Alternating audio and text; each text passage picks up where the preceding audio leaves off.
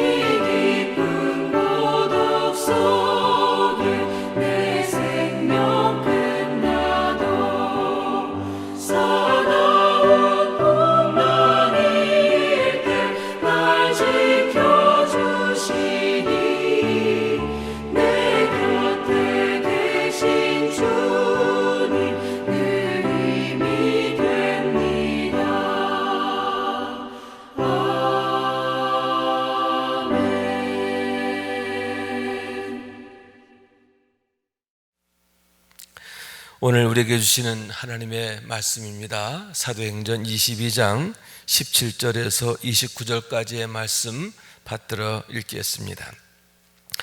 후에 내가 예루살렘으로 돌아와서 성전에서 기도할 때에 황홀한 중에 봄에 주께서 내게 말씀하시되 속히 예루살렘에서 나가라. 그들은 네가 내게 대하여 증언하는 말을 듣지 아니하리라 하시거늘 내가 말하기를 주님, 내가 주를 믿는 사람들을 가두고 또 각 회당에서 때리고 또 주의 증인 스데반이 피를 흘릴 때에 내가 곁에 서서 찬성하고 그 죽이는 사람들의 옷을 지킨 줄 그들도 아나이다.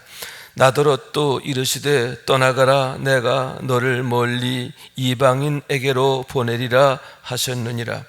이 말하는 것까지 그들이 듣다가 소리질러 이르되 이러한 자는 세상에서 없애버리자 살려둘 자가 아니라 하여 떠들며 옷을 벗어 던지고 티끌을 공중에 날리니 천부장이 바울을 영내로 데려가라 명하고 그들이 무슨 일로 그에 대하여 떠드는지 알고자 하여 채찍질하며 신문하라 한데 가죽줄로 바울을 매니 바울이 곁에 서 있는 백부장더러 이르되 너희가 로마 시민된 자를 죄도 정하지 아니하고 채찍질할 수 있느냐 하니 백부장이 듣고 가서 천부장에게 전하여 이르되 어찌하려 하느냐, 이는 로마 시민이라 하니 천부장이 와서 바울에게 말하되 내가 로마 시민이냐 내게 말하라. 이르되 그러하다.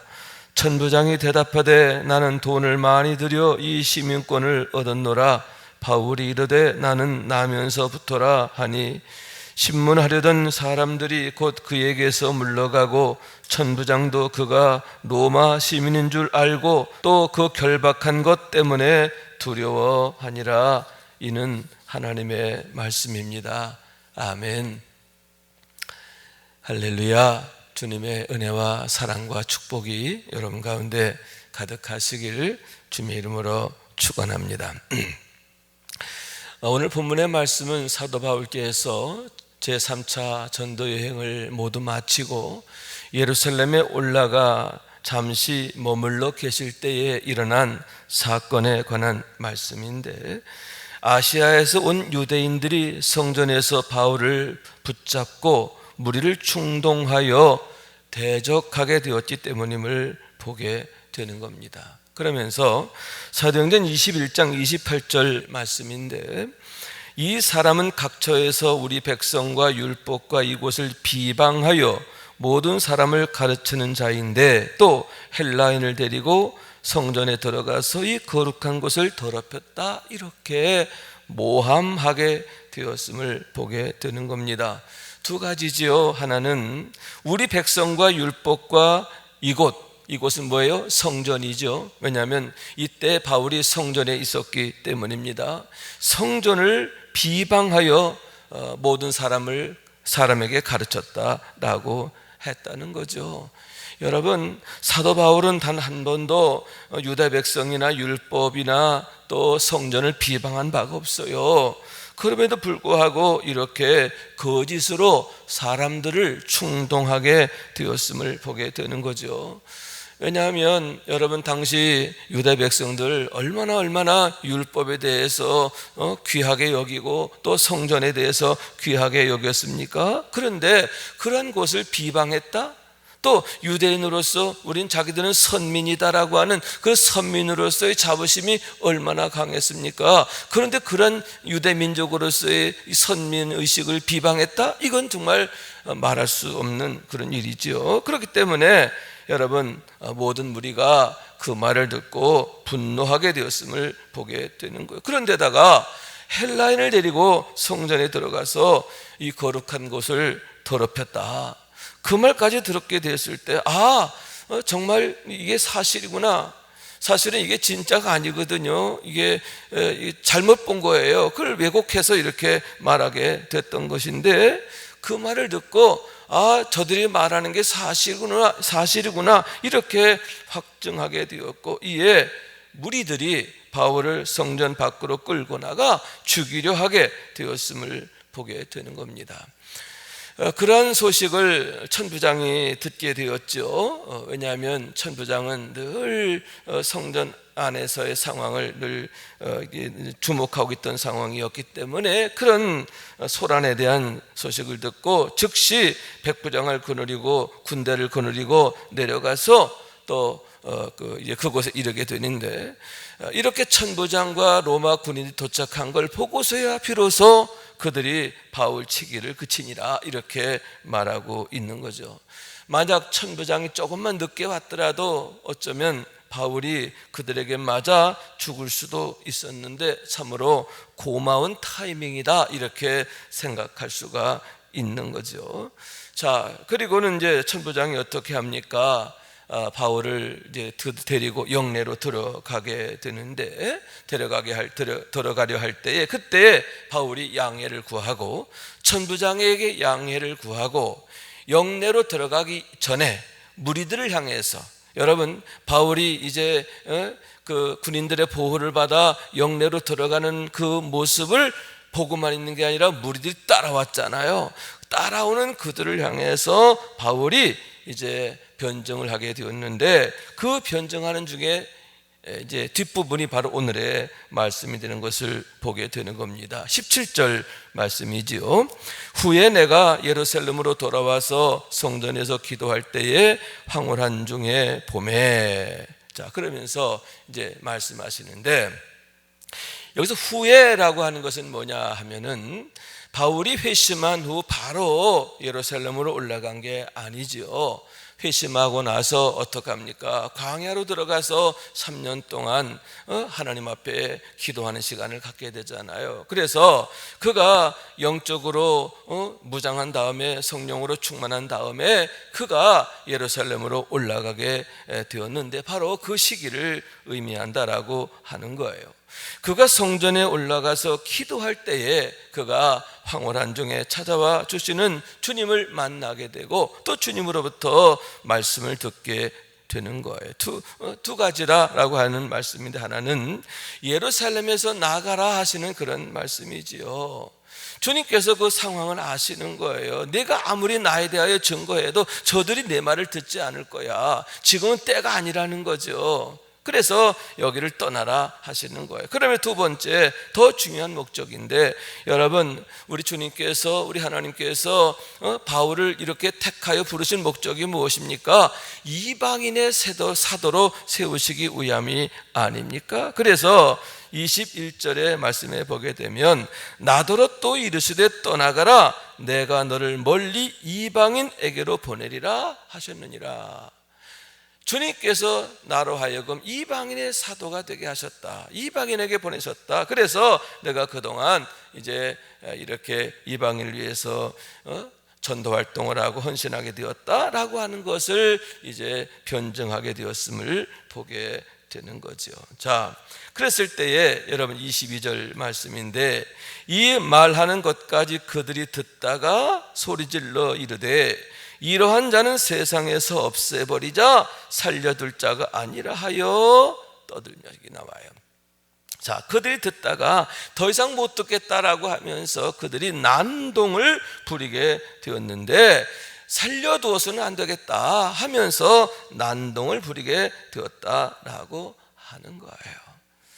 그러자 천부장이 서둘러 바울을 영내로 데려가게 했고 또 왜 그렇게 그들이 이렇게 바울을 죽이려고 했는지 그 내용을 알고자 하여 채찍질하여 신문하라 이렇게 명했음을 보게 되는데 그제서야 바울이 그들에게 얘기하는 겁니다. 자기 이제 그 일을 집행하는 백부장을 향해서 이렇게 말하는 거죠. 너희가 25절 말씀인데 너희가 로마 시민된 자를 죄도 정하지 아니하고 채찍질할 수 있느냐 이렇게 하면서 비로소 자기가 누구인가 하는 것을 나타나게 되었음을 보게 되는 거예요. 다시 말해서 내가 로마 시민이라고 하는 것을 나타나게 되었는데 여러분 이게 왜 중요하냐 하면 당시 로마 시민은 이렇게 함부로 결박할 수도 없고 재판하지 않고 채찍질할 수는 더더욱 있을 수가 없는 거예요. 당시 로마의 시민권은 특권이에요. 황제에게 재판을 받을 그런 권리가 있는 그런 자예요. 그래서 천부장이 후에 이렇게까지 얘기했잖아요. 네가 어떻게 로마 시민이 됐느냐? 나는 돈을 많이 들여서 겨우 이것을 얻었는데 너는 어떻게 얻었느냐? 바울이 말하길 나는 나면서부터입니다. 여러분 그 얘기를 듣고 어떻게 됩니까? 천부장이 이제 아주 오금을 저리게 되었습니다. 그래서 29절 맨 마지막 절에 보면 그가 로마 시민인 걸 알고 그 결박한 것 때문에 두려워하니라.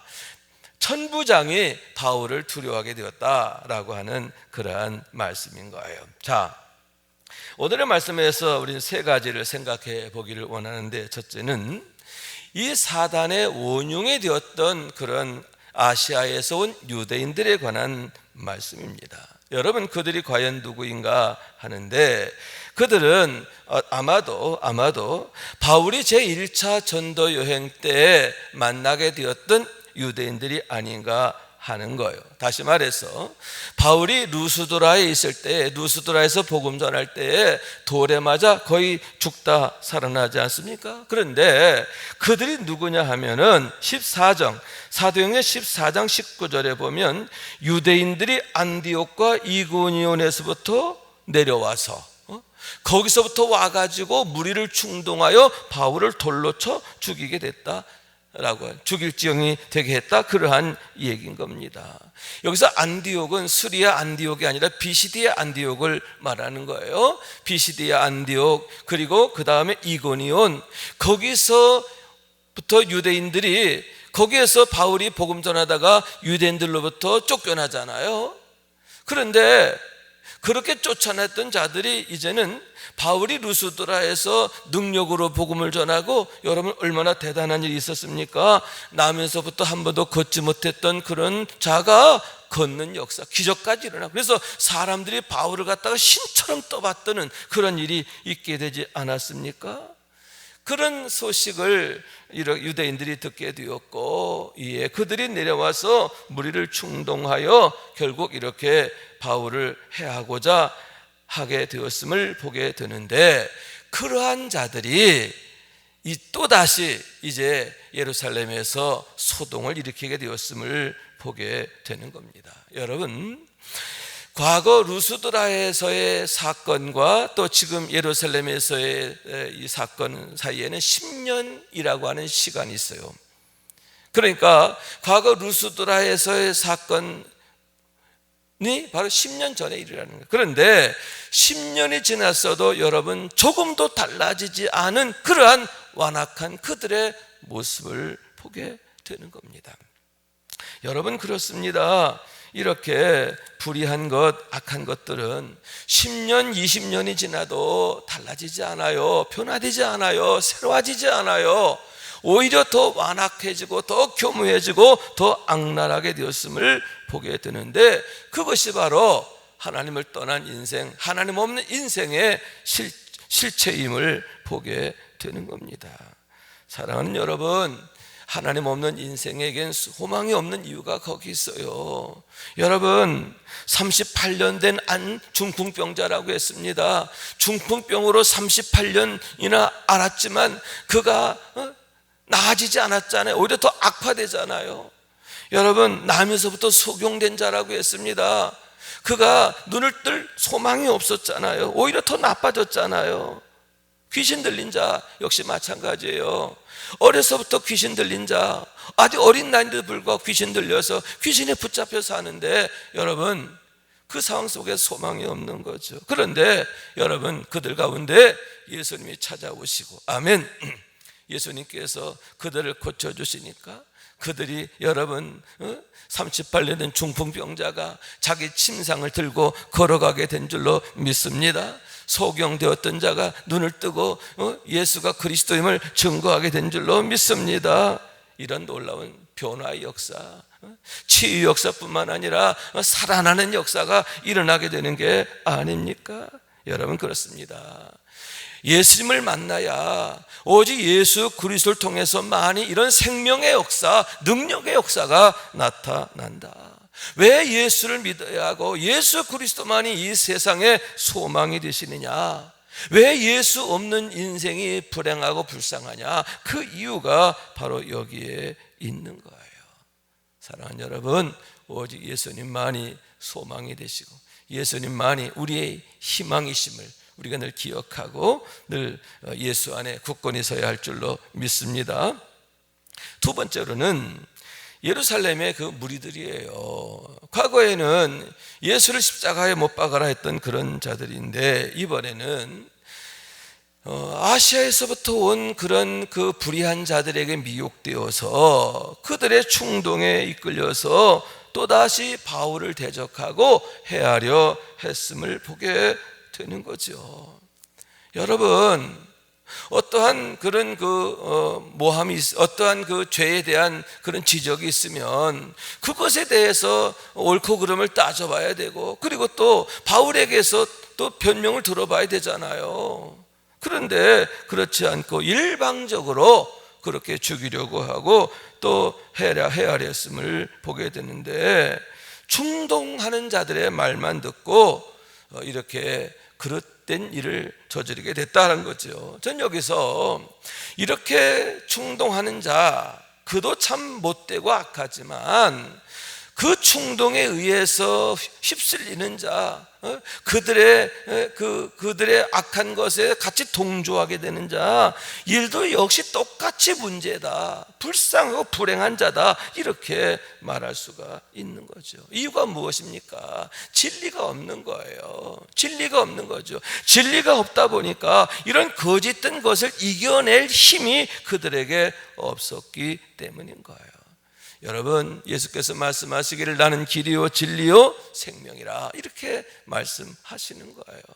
여러분, 예수 그리스도를 통해서만이 오직 하나님께 나아가는 길을 우리가 얻게 되는 줄로 믿습니다. 예수님만이 아버지께로 나아가는 길, 천국으로 나아가는 길, 생명으로 나아가는 길이 되는 줄로 믿습니다. 그리고 참된 길, 복된 일이 되는 줄로 믿습니다. 뿐만 아니라 참 진리가 되시는 거예요. 예수님을 바로 알고 믿음 안에 바로 서게 될 때, 여러분, 세상에 온갖 거짓된 것, 교묘한 것, 또 악랄한 것, 이 모든 것을 우리가 분별할 수가 있고, 아멘, 이겨낼 수가 있는 거예요. 여러분, 항상 진리 되신 예수 그리스도 더욱 우리가 굳게 붙잡아야 할 줄로 믿습니다. 믿음 위에 바로 서야 할 줄로 믿습니다. 그래서 온전한 믿음 위에서 우리가 세상을 이기는 삶이 되어야 하는데, 그래서 호세아서 6장 3절에 뭐라고 그랬어요? 여호와를 알라, 힘써 여호와를 알라. 여호와를 알자. 우리가 여호와를 알자. 여호와를 알아야 된다는 거예요. 아멘. 뿐만 아니라 시편 34편 8절 말씀이잖아요. 너희는 여호와의 선하심을 맛보아 알지어다. 아멘. 맛보아 알라 말이죠. 기도하는 맛, 예배하는 맛, 순종하는 맛, 헌신하는 맛. 아멘. 여러분, 이런 믿음으로 사는 그 축복이 어떠한지를 우리가 알고 믿어야 할 줄로 믿습니다. 그래서 여러분, 맛있는 예배 생활, 기도 생활, 헌신 생활, 신앙, 교회 생활 될 수 있기를 주님의 이름으로 축원합니다. 마지막 세 번째의 말씀은 뭐냐 하면 바울의 권세에 대한 얘기입니다.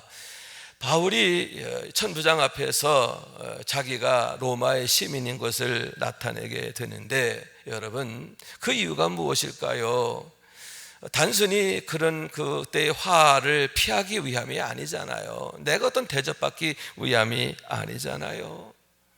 그건 뭘까라고 할 때, 여러분, 바울에겐 사명이 있는 거예요. 예루살렘에 머물러 있는 게 아니라 로마까지 가서 복음 전할 그런 사명, 또 그런 소원이 있는 거죠. 다시 말해서 그가 자기가 갖고 있는 로마 시민권을 오직 복음을 위해서 그와 같이 활용하게 되었음을 보게 된다라고 하는 얘기인 거예요. 여러분, 바울이 로마 시민권을 복음 전하는 일에 활용하게 되었던 것처럼, 여러분, 우리에게는 무엇보다 하나님의 자녀로서의 권세가 주어져 있음을 믿으시기 바랍니다. 하나님이 우리에게 주신 최고의 권세가 있어요. 바울이 가진 로마 시민권보다 더 대단한 게 뭐냐? 하나님의 자녀로서의 권세란 말이에요. 그러면 하나님의 자녀의 권세 중에 가장 중요한 게 친밀권이잖아요. 언제든 내가 하나님 앞에 가까이 나갈 수가 있는 거예요. 여러분, 하나님 앞에도 가까이 나가는 그런 은혜가 있기를 원해요. 뿐만 아니라 여러분, 천국권, 기도할 수 있는 권한이잖아요. 우리가 기도하면 하나님이 들으신다는 거잖아요. 왜? 우리의 아버지가 되시니까. 여러분, 항상 아버지의 눈과 마음은 자녀에게 향해 있잖아요. 자녀의 부르짖음을 외면할 수 없는 게 부모이잖아요. 그런데 우리 하나님은 아버지가 되신단 말이에요. 자녀의 기도를 외면치 않으시는 아버지. 그렇기 때문에 우리의 기도가 믿음의 기도가 되어야 하는데, 믿음의 기도란 뭐냐? 하나님을 아버지로 믿는 기도예요. 하나님을 아버지로 믿고 기도하는 거예요. 아멘. 아저씨한테 하는 거 아니에요. 주인님한테 하는 거 아니에요. 신하가 왕한테 하는 거 아니에요. 종이 주인한테 하는 거 아니란 말이에요. 자녀가, 사랑하는 자녀가 아버지에게 하는 기도. 여러분, 우리의 기도가 하나님이 반드시 들으시는 이유가 거기 있음을 믿으시기 바랍니다. 또한 여러분, 예수 그리스도의 이름으로 하는 기도죠. 하나님을 아버지로 믿고 기도하는 것이고, 또 예수 그리스도를 이름으로 하는 기도예요. 여러분, 우리가 이렇게 자녀의 권세를 갖게 된 것 전적으로 예수 그리스도가 나의 대속자가 되시고 구세주가 되셨기 때문인 줄로 믿습니다. 그 이름으로 인하여 우리가 구원받았기 때문인 거예요. 그래서 우리가 주님 앞에 나아갈 때 내 공로로 가는 게 아니라 우리 주님의 공로로 가는 거예요. 십자가의 은혜로 가는 거예요. 그런데 여러분, 우리 하나님이 우리를 자녀 삼으시기 위해서 어떻게 하셨다? 당신의 독생자까지 내어주셨다, 그런 말씀 아닙니까?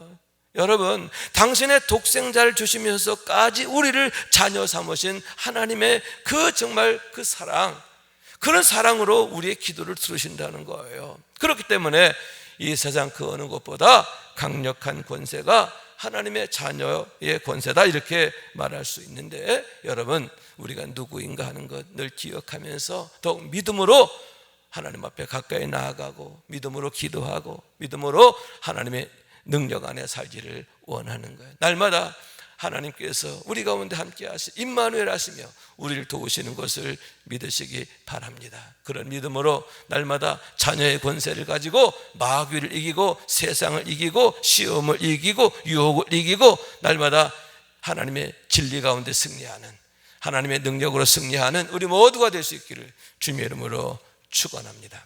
기도하겠습니다. 자비하신 하나님, 감사합니다. 저희를 사랑하셔서 오늘도 예배하는 자 되게 하시고 예배하는 생활을 통해서 하나님의 은혜 안에 더욱 온전히 행하게 하심을 감사합니다. 사도 바울처럼 더욱 하나님의 자녀로서의 권세를 가지고 능력 있게 세상을 이기며 또 주께 주신 사명 감당해 나갈 수 있도록 도와주셔서 늘 하나님 앞에 기쁨이 되고 사랑이 되고 칭찬이 되는 삶이 되게 하여 주옵소서. 예수님의 이름으로 기도하옵나이다. 아멘. 하늘에 계신 우리 아버지여, 이름이 거룩히 여김을 받으시오며 나라가 임하시오며 뜻이 하늘에서 이룬 것 같이 땅에서도 이루어지이다. 오늘 우리에게 일용할 양식을 주시옵고 우리가 우리에게 죄 지은 자를 사하여 준 것 같이 우리 죄를 사하여 주시옵고 우리를 시험에 들게 하지 마시옵고 다만 악에서 구하시옵소서. 나라와 권세와 영광이 아버지께 영원히 있사옵나이다. 아멘.